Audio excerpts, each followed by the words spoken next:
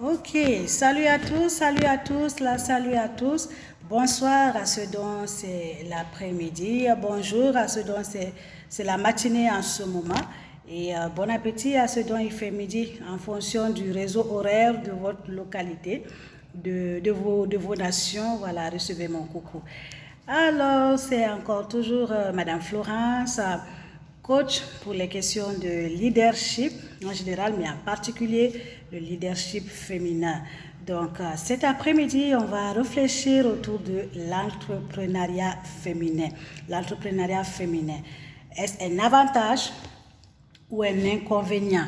Alors, je vais peut-être vous choquer un peu cet après-midi, aller un peu dans le sens contraire, parce que pour moi, l'entrepreneuriat féminin, pour une femme entrepreneur aujourd'hui, il est plus un handicap qu'un avantage. Je m'explique sur 3 points. Une femme entrepreneur ou une femme entrepreneuse manque de crédibilité. Ça, c'est quelque chose qui est bien défini, surtout pour nous en Afrique. Une femme, quand tu es dans le monde du business, dans l'entrepreneuriat, tu perds complètement ta crédibilité. Tu perds ta crédibilité pas au niveau intérieur, mais au regard des autres, au regard de la société, tu perds ta crédibilité. Parce que dans un certain cas, on va attirer un comportement autour de nous de protection, parce qu'on dit toujours que la femme, elle est un sexe faible. Voilà, nous profitons de cela dans notre entrepreneuriat souvent pour faire passer le produit.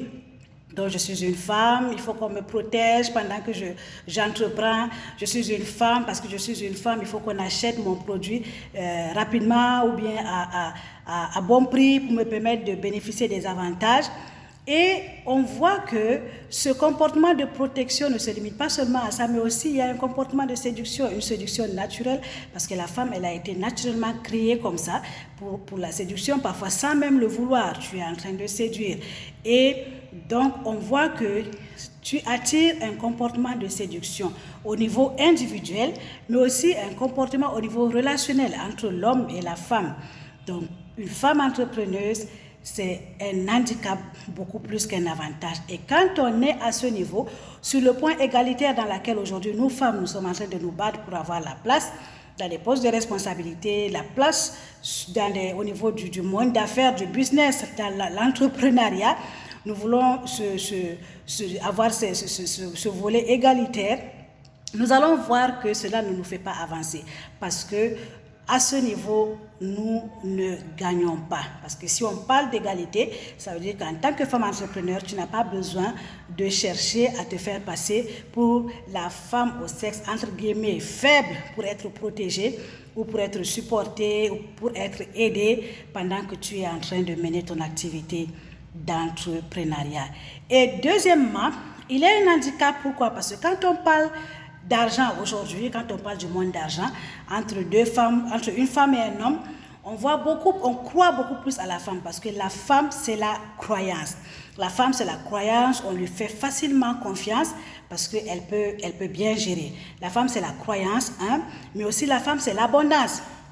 Quand elle est là, elle partage, quand elle est là, elle donne autour d'elle, et puis elle a été faite pour aider, elle a été faite pour accompagner, mais au niveau de la fiscalité, ou bien quand on arrive à parler de l'investissement, à un certain moment, on voit que la femme a moins d'efficacité que l'homme. On pense qu'elle est moins efficace en termes d'investissement. Donc, très souvent, ce côté, on attribue cela à un homme. Donc, une femme ne peut pas rentrer dans le monde d'investissement.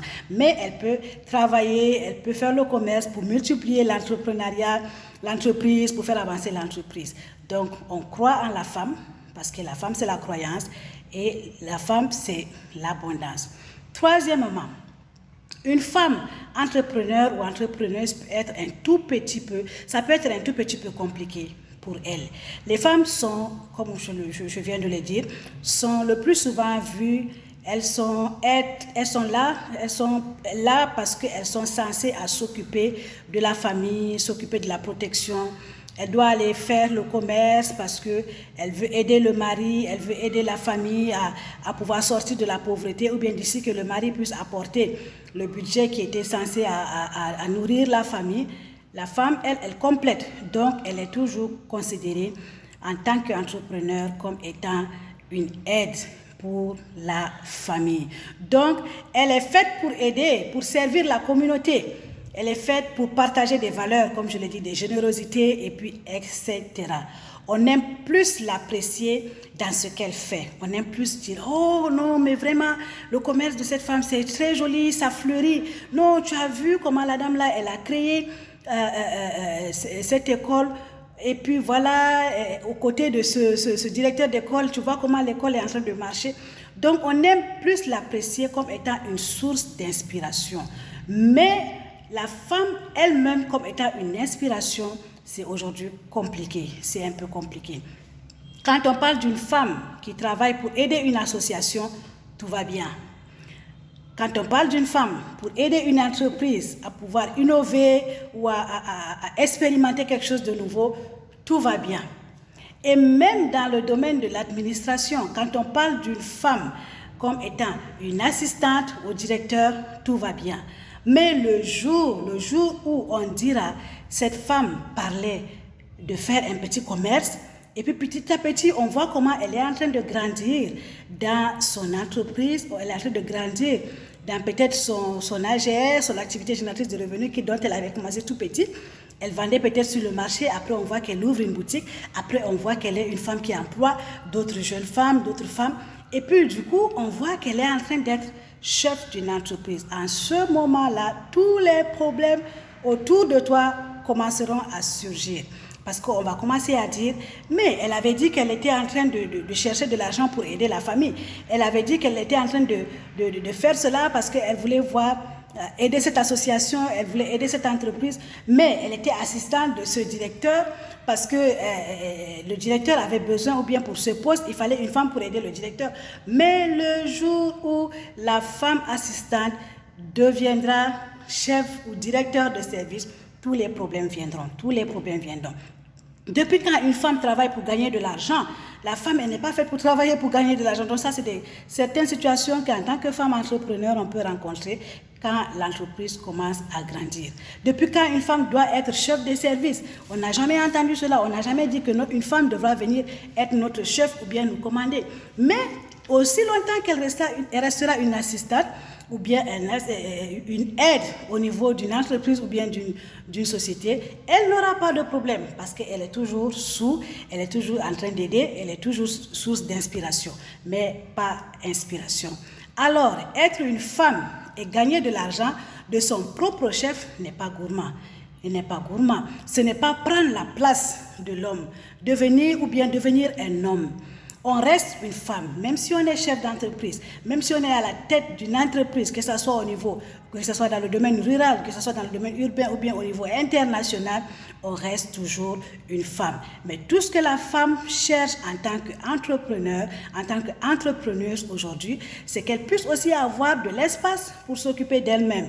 Pas seulement se passer de l'aide, d'accompagnateur, de généreuse ou bien de source d'inspiration, mais au-delà de ça, elle a besoin d'être elle-même, de prendre soin d'elle-même également en tant que chef d'entreprise ou en tant que, au niveau de l'administration, directrice ou directeur ou directrice d'une entreprise. Et plus qu'être une aide ou une source d'inspiration, il y a aussi ce qui consiste à s'aider soi-même. La femme a besoin de s'aider soi-même, pas tout le temps avoir des gens qui doivent être là parce qu'elle a un sexe faible, il faut qu'on l'aide, il faut qu'on l'accompagne. Donc, eh bien, sur ce point, dites-moi, là où vous en êtes, dites-moi qu'est-ce que vous pensez. Est-ce que vous pensez que l'entrepreneuriat féminin a plus d'avantages, est un avantage qu'un handicap? Selon moi, en tout cas, il est plus un handicap qu'un avantage. Mais c'est à la femme de se battre, c'est à la femme de s'affirmer, de réaliser en elle-même qu'elle est entrepreneuse, mais ce ne doit pas être un handicap, mais plutôt un avantage pour elle, un avantage pour sa communauté. Un homme également doit, vous pouvez aussi également partager vos impressions, les hommes, ainsi que les femmes, par rapport à ce sujet-là. Selon vous, être une femme entrepreneur, être une femme entrepreneuse, est-ce un handicap ou beaucoup plus un avantage? Alors, bravo à vous les femmes entrepreneuses, de là où vous vous trouvez, particulièrement les femmes en milieu rural. Aujourd'hui, on dit que la femme en milieu urbain, elle est celle qui a beaucoup plus d'argent que l'homme. Mais ça se passe dans les villes et c'est une minorité. Mais en milieu rural aujourd'hui, on remarque toujours que la femme est encore en débandade. Elle a même besoin d'abord d'une prise de conscience, de pouvoir comprendre qu'elle est un être, lorsqu'elle ne fait rien, elle est un manque à gagner pour sa famille, elle est un manque à gagner pour la communauté, elle est un manque à gagner pour le pays. Donc la femme doit d'abord la femme rurale a besoin de prendre conscience de cela et ensuite sortir d'elle-même et pour faire valoir son potentiel sur la place, sur le rendez-vous aujourd'hui de l'entrepreneuriat qui est en train de fleurir et de grandir. Alors, je vous attends sur ma page YouTube avec vos questions, avec vos réponses pour nous permettre de grandir ensemble et aussi voilà, de partager encore autour de nous ces informations qui pourront être bénéfiques pour beaucoup d'autres encore de personnes.